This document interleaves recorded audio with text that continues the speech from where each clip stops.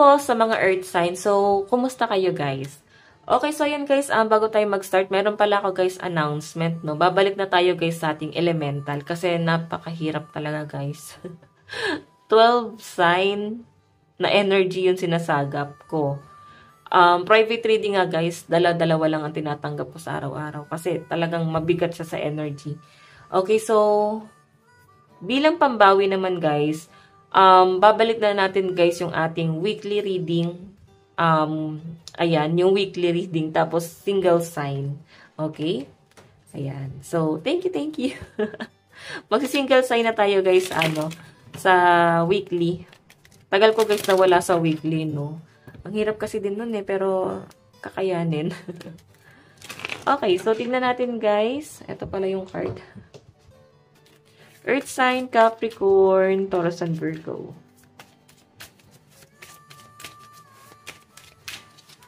So guys, meron tayong rejuvenating rain, clear the past, heal the present. Ayan, sa mga mahilig mag-throwback, sa mga binabalik pa yung nakaraan, sa halip na mag-move on na lang, parang big deal pa rin guys yung nakaraan. So, may pinapakita kasi sa akin dito guys, ano ba to? Ikaw ba to na nagbibig deal pa rin kayo sa mga problema sa nakaraan? Or pwedeng ibang tao na parang nakakapil ka guys ng sumbat. Parang may nanunumbat sa inyo. Parang meron dito guys, hindi pa rin guys maka-move on. So, ang sinasabi kasi dito guys, parang kailangan i-heal nyo na yung sarili mo. Moving forward kasi napaka-iksi lang guys ng buhay natin. Kailangan enjoy lang natin, di ba? So, mahirap kasi guys na mamuhay sa galit, puot, paghigante. Mas mabigat to guys sa energy. So, magpapatawad ka or tatanggapin mo yung mga nangyari. Hindi dahil hiningi nila. Okay? Gagawin mo yon dahil kailangan. Bakit? Para sa peace of mind mo. Para mas gumaan yung pamumuhay mo, earth sign. Okay? So, ayan, sa mga hindi guys makarecover sa nakaraan, kailangan nyo na siguro guys mag-move forward. Okay? Huwag na natin guys masyadong binibigdil yung mga nangyari sa past. Meron tayo guys uncovering treasure. Beneath the surface lies great bounty. Parang may nababalot sa kasinungalingan guys. Pwede ito guys. Pwedeng marami kayong alam. Pwedeng secret ng ibang tao. Or malakas ang pakiramdam mo. Okay, so sa pinapakita sa akin guys, pwede rin naman guys na kaya ganito lumalabas sa inyo. Ang tingin sa inyo ng ibang tao, mapera ka. Maganda yung pamumuhay mo, magaan yung pamumuhay mo. Pero hindi siguro nila guys alam, is talagang binabudget. Kaya parang nagkakaroon pa rin guys ng extra para sa lifestyle, no? Parang sumasapat lang. Kasama na rin guys yung luho, ganon. So, yung iba sa inyo guys, ayan, baka gusto niyo na guys magsimula ng investment. Baka gold, no? Mas lumalaki kasi guys ang value ng gold habang tumatagal. Ayan. So, tignan pa natin guys. Okay. Meron tayo guys, finding sanctuary. Opening to your spiritual source. So, iba sa inyo guys, napakalakas ng inyong spiritual. Highly intuitive ang nasasagap ko sa mga earth sign. Kaya pala ganito kayo guys. Kaya may mga issue kayo na ganito nag-hold back ka. Hindi naman dahil lugmok ka pa rin. Siguro kasi nararamdaman mo. Okay? Ramdam mo yung intention ng isang tao. Lalo na guys kung may pagbabago ba or parang mauulit lang ulit yung problema dun sa taong yon. Kasi nga, malakas ang pakiramdam nyo, guys. So, maaari iba sa inyo, guys, unang tingin mo pa lang dun sa tao yun, guys. Alam mo na yung pag-uugali nitong taong to.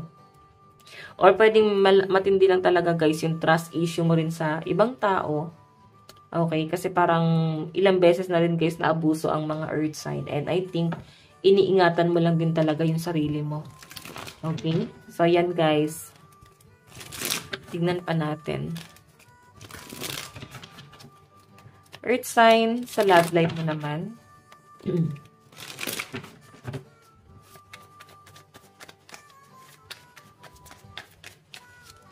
So, guys, meron tayong 4 of gems.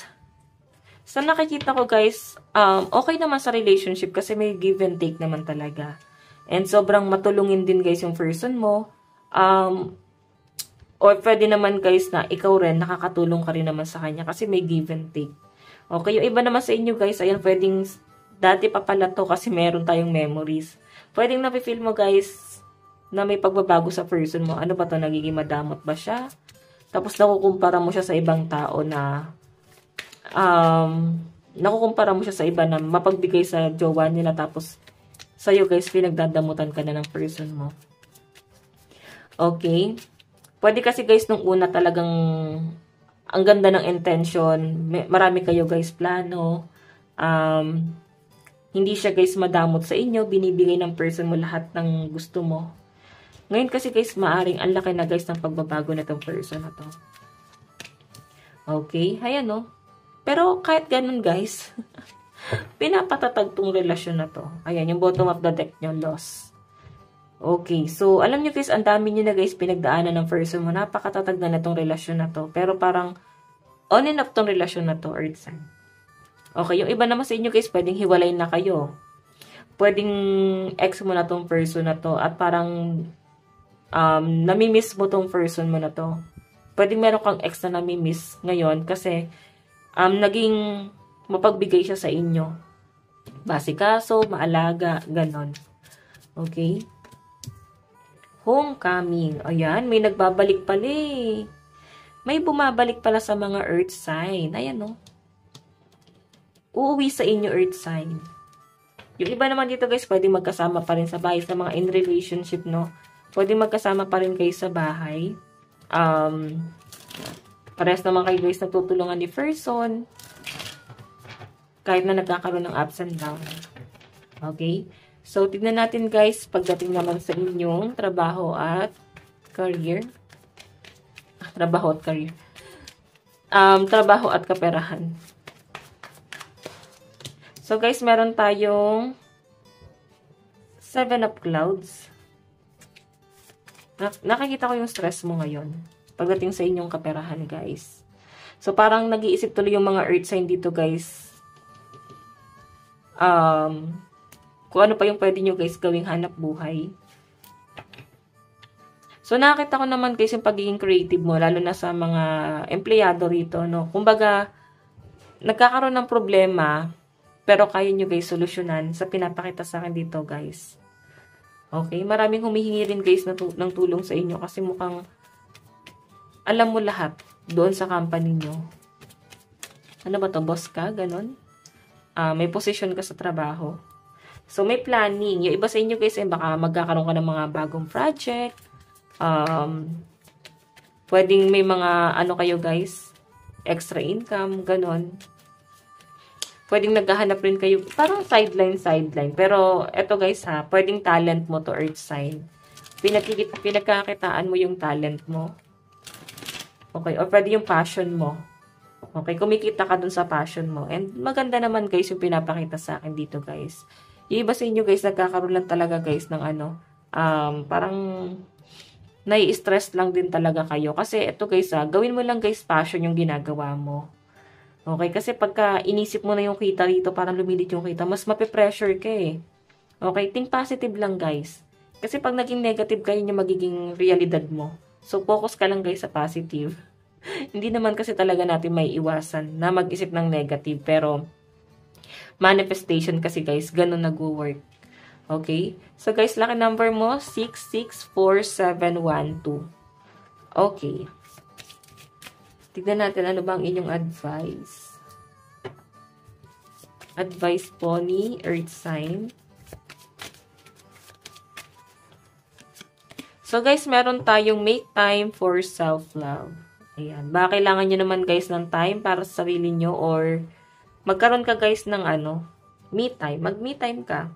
Mag-bonding kayo ng sarili mo. Pwede naman guys, diba? Or baka kailangan nyo guys matutunan muna ngayon ang mamuhay mag-isa. Okay? So, tignan natin guys. Meron tayo guys, focus on the positive. Kakasabi ko lang guys. Think positive, diba? Kasi kung magpo-focus ka sa negative, yan yung magiging realidad mo. So, focus ka sa positive. Para yun yung maging reality mo. Okay, so guys, ayan, possible na ang kadil mo is Libra and Sagittarius. Ito lang guys ang inyong reading. Maraming salamat po. Bye-bye!